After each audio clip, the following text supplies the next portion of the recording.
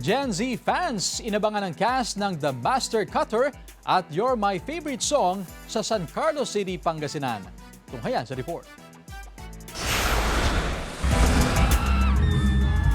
Naging extra special ang weekend ng mga kapusong nakisabay sa hype at total entertainment na hatid ng GMA Regional TV Kapuso Mall Show, San Carlos City, Pangasinan. Winner, lalo na sa mga Gen Z, ang makita up close sa mga inaabangan na cast members ng You're My Favorite Song at The Master Cutter. Maganda po, nag-enjoy po ako ng sobra-sobra! May ilang mag-anak na piniling gugulin ang kanilang family day sa panonood ng Kapuso Mall Show. Sobrang saya and kasi itong anak ko, favorite niya si Princess pa kaya nakipagpa-picture po siya kanina. Simula pa lang ng show, umaapaw ng energy ng audience na lahat game sa pagsasayaw. Lalo pa naging intense nang makabanding na si Lee Victor. Naghatid ng masayang vibe si Princess Aliyah. Ayun, parang yung normal energy lang, pero dito grabe, off the roof, madami nagsisigaw, madami nag-enjoy. Tsaka sobrang consistent, no? Yes.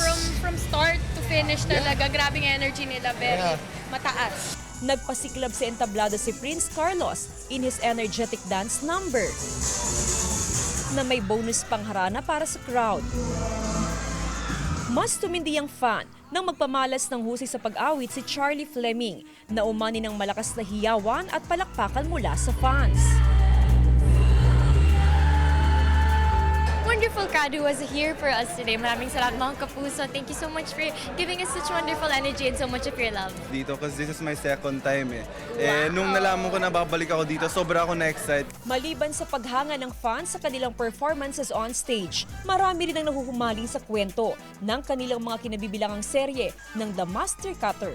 Yung inclusivity, at the same time yung pag-lift up ko sa mga lalaki when it comes to the work of tailoring.